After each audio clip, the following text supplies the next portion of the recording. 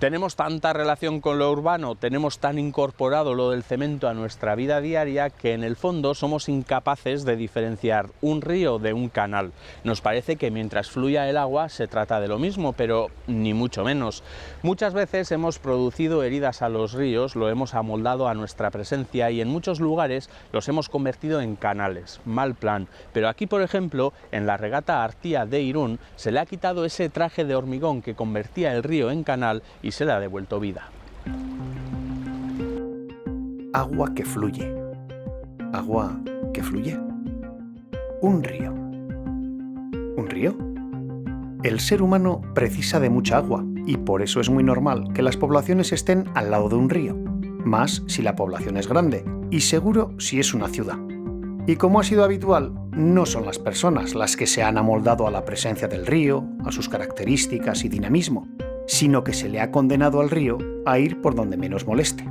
Rocas, barreras, muros, murallas, motas, diques de contención, todo ha valido hasta hace muy poco, hasta enterrar los ríos bajo nuestros pies. Las orillas desnudas o cubiertas por plantas y árboles de crecimiento rápido que nada tienen que ver con el entorno natural ha sido otra de las opciones. Y es que hemos convertido en artificial lo natural, con cemento, con hormigón, con árboles extraños como los plataneros, los chopos. Hemos desnaturalizado los ríos hasta convertirlos en simples canales. Un río vivo es mucho más que un camino por el que fluye el agua. Hace falta que la vegetación de las orillas tenga continuidad, que el río no esté desnudo.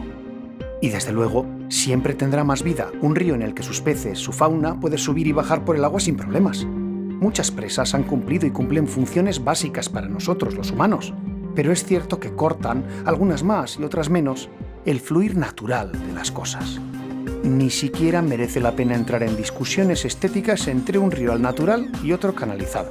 Las leyes actuales nos están exigiendo evitar las actuaciones que hacen de los ríos canales artificiales. Hoy tenemos medios y recursos para devolver a los ríos lo máximo posible a su estado natural y se recuperan zonas antes maltrechas. Lo ideal sería que la vida fluyera por las orillas y por el agua, sin barreras, con naturalidad.